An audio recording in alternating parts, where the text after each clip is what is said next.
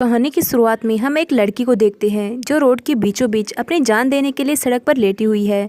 कुछ ही देर में इस रोड पर एक गाड़ी आ जाती है। यह लड़की जैसे ही उस गाड़ी को अपनी ओर आता देखती है तो एक दर्दनाक मौत के डर से वह अपना इरादा बदल लेती है और वह सड़क से उठकर किनारे पर चली जाती है। तब वह गाड़ी वाला इंसान भी इस लड़के की मदद के लिए नहीं रुकता, वह इसे नज़रअंदाज करके आगे निकल जाता है जैसे ही उसने कुछ देखा ही नहीं हो। इस लड़की का नाम लीज़ा है। लीज़ा की ज़िंदगी बिल्कुल भी ठीक नहीं चल रही। दरअसल आज लीज़ा की बेटी का जन्मदिन है, लेकिन अब उसकी बेटी इस दुनिया में नहीं रही।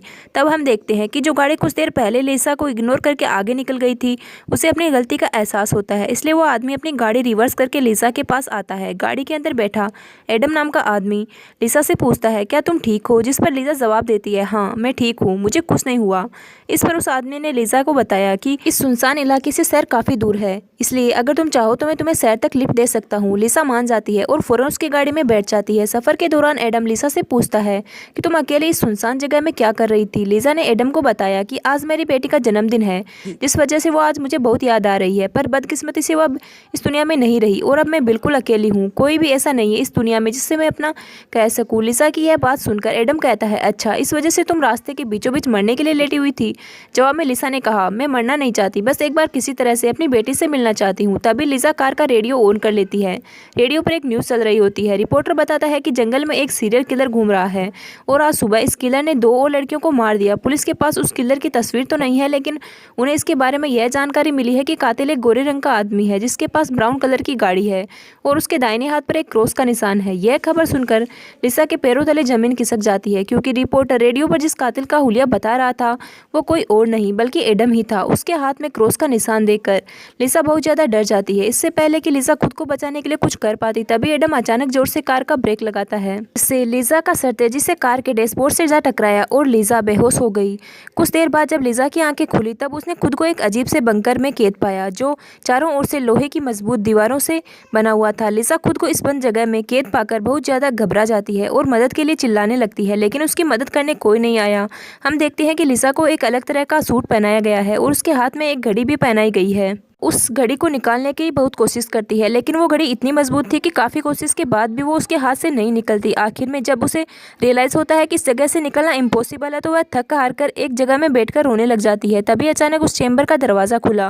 लीज़ा ने देखा कि दरवाजे के दूसरी ओर एक सुरंग है। उस सुरंग के एंड से रोशनी नजर आ रही थी। लीज़ा को समझ आया कि अगर इस जगह से बाहर निकलना है तो इस सुरंग से होकर निकलना पड़ेगा। लीज़ा खुश हो जाती है कि उसे बाहर निकलने का रास्ता मिल गया है, लेकिन जैसे ही वह सुरंग के अंदर चली गई तभी अचानक उसके पीछे उस चेंबर का दरवाज़ा अपने आप बंद हो गया। यह देखकर लीज़ा की सांस रुक गई और अब उसे समझ आया कि वो पहले से भी ज़्यादा खतरनाक जगह में फंस गई है। तभी अचानक लीज़ा के हाथ में बंधे ब्रेसलेट में अलार्म बजने लगा और 11 मिनट का टाइमर सेट हुआ। यह देखकर लीज़ा समझ गई कि मुझे 11 मिनट में यहाँ से निकलना होगा, नहीं तो मैं हमेशा के लिए यहाँ पर बंद रह जाऊँगी। इसलिए लीज़ा अपने हाथों और पैरों के बल रेंगती हुई जल्दी से उस रोशनी की तरफ बढ़ने लगी, लेकिन जैसे ही वह उस रोशनी के करीब होती जा रही थी तभी अचानक उस सुरंग का आगे का दरवाज़ा धीरे धीरे बंद होने लगा। यह देखकर लीज़ा और तेज़ी से आगे बढ़ने लगी, लेकिन जब वो इस दरवाजे के पास पहुंची तो वह दरवाज़ा पूरी तरह से बंद हो चुका था। लीज़ा को कुछ समझ नहीं आ रहा था कि अब यहाँ से कैसे निकला जाए।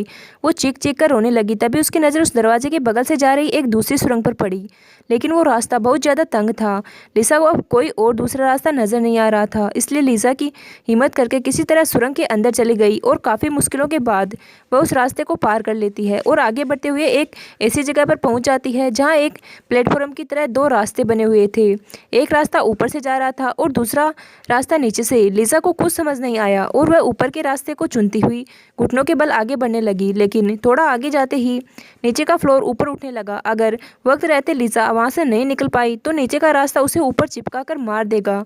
लीज़ा डर के मारे तेजी से आगे बढ़ने लगी। वो उस जगह के बीच बस पिसने ही वाली थी कि तभी इस सुरंग के एंड तक उसका हाथ पहुंच जाता है और जैसे ही वह रास्ता पूरी तरह से बंद होने वाला था, लीज़ा अपनी जान बचाकर वहां से निकलने में कामयाब हो जाती है। खुद को कुचलने से बचाकर वह एक सुकून की सांस लेती है, लेकिन उसे पता नहीं था कि अब उसके लिए मुश्किलें और भी बढ़ने वाली है, क्योंकि आगे का रास्ता और भी ज़्यादा खतरनाक है। तभी उसके घड़ी में अलार्म बज उठा। यह अलार्म बता रहा था कि आधा समय बीत चुका है और अब उसके पास सिर्फ 5 मिनट बाकी है, इसलिए वह अब फिर से आगे बढ़ने लगी। जहाँ उसे थोड़ी दूर जाते ही रास्ते में कोई इंसान लेटा हुआ दिखाई दिया।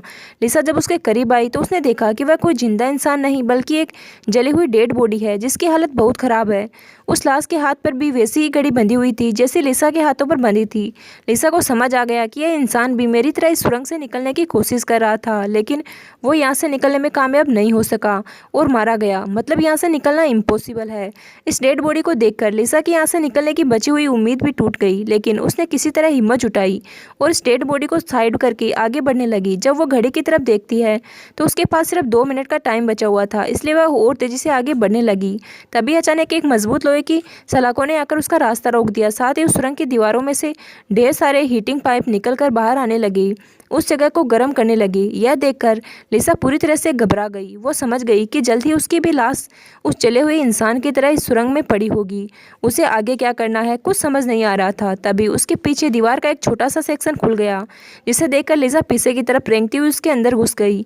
अगले ही पल एक कांच के दरवाजे ने इस सेक्शन को पूरी तरीके से बंद कर दिया।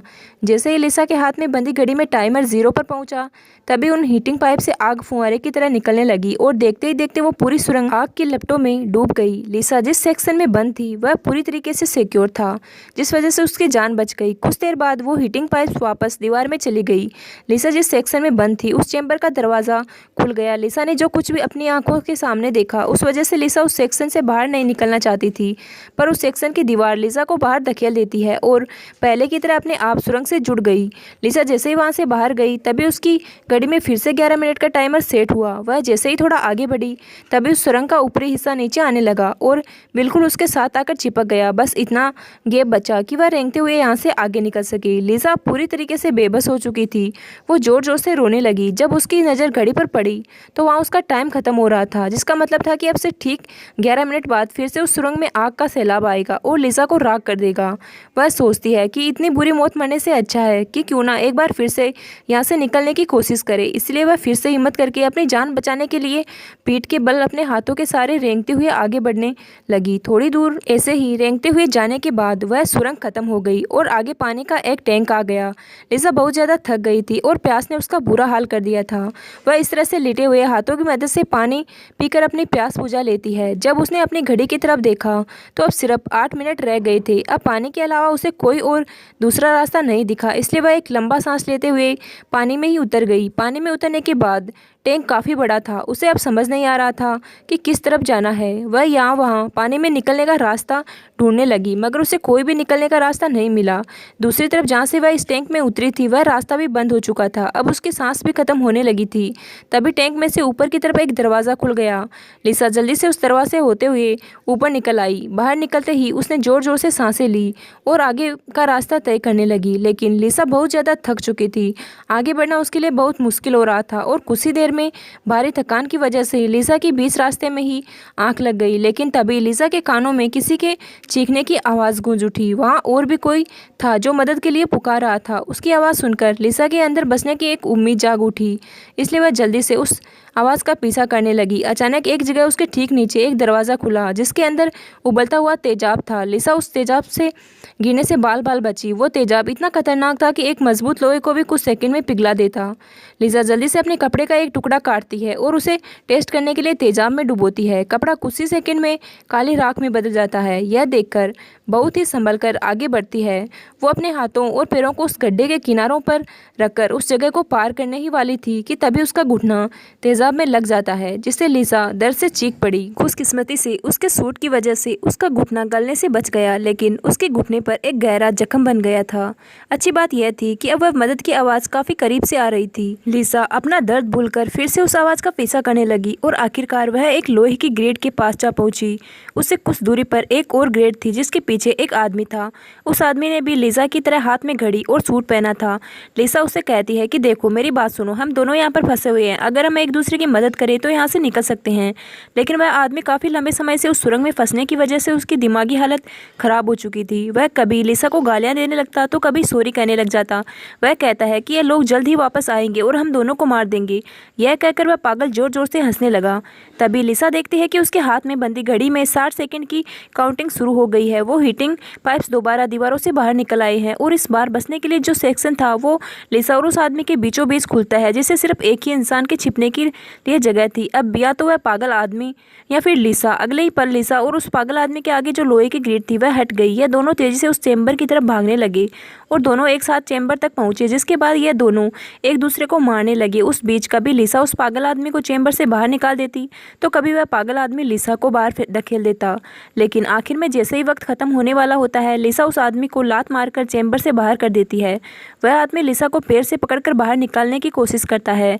तभी 60 सेकंड खत्म हो गए और उस चेंबर के शीशे के दरवाजे ने उस आदमी का हाथ काट दिया।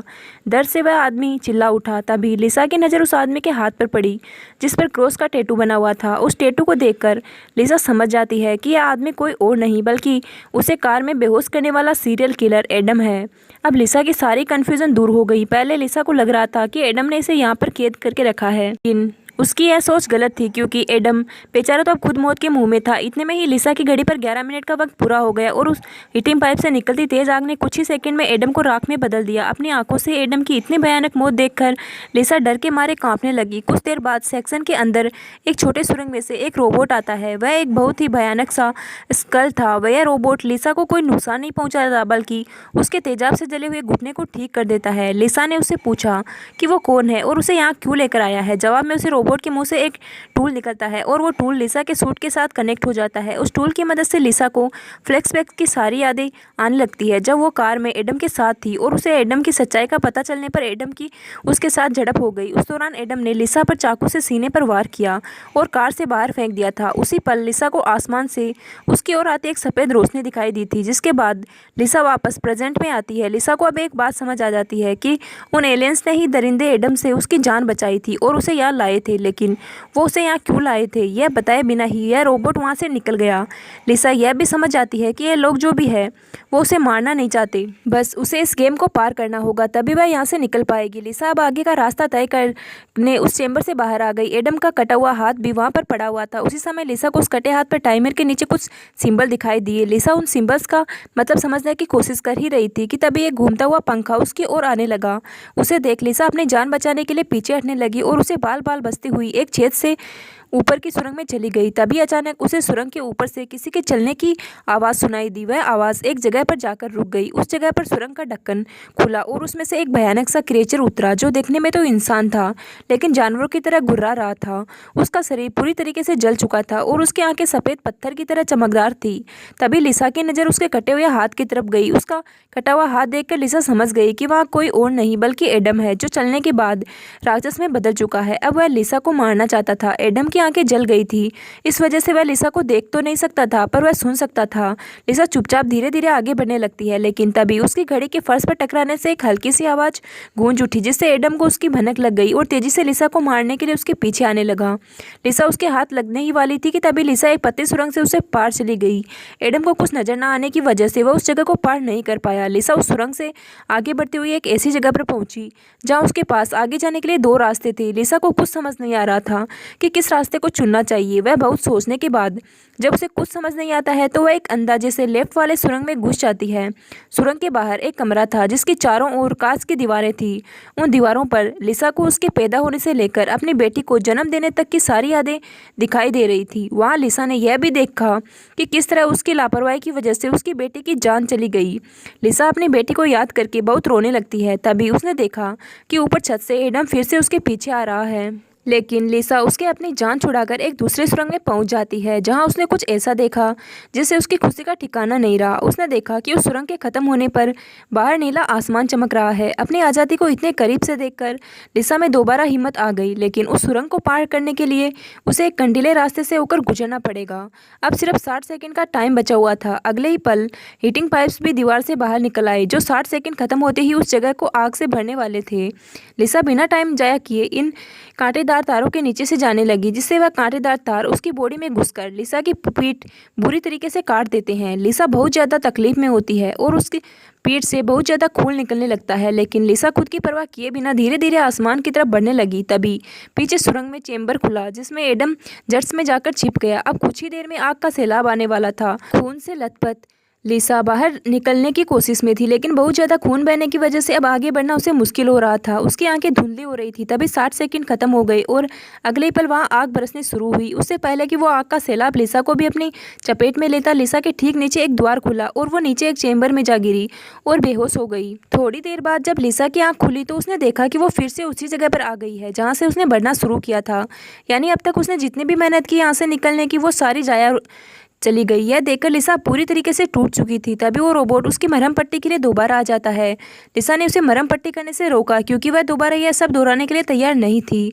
उसने रोबोट से कहा कि अब सिर्फ मरना चाहती है। उस रोबोट ने लिसा की बात मान ली और उसके मुंह से एक इंजेक्शन निकलकर लिसा के शरीर की तरफ बढ़ने लगा। तभी लिसा को एडम के हाथ पर बने हुए निशान याद आ गई। वो समझ गई कि जरूर वो निशान यहाँ से बाहर निकलने का रास्ता बताते हैं।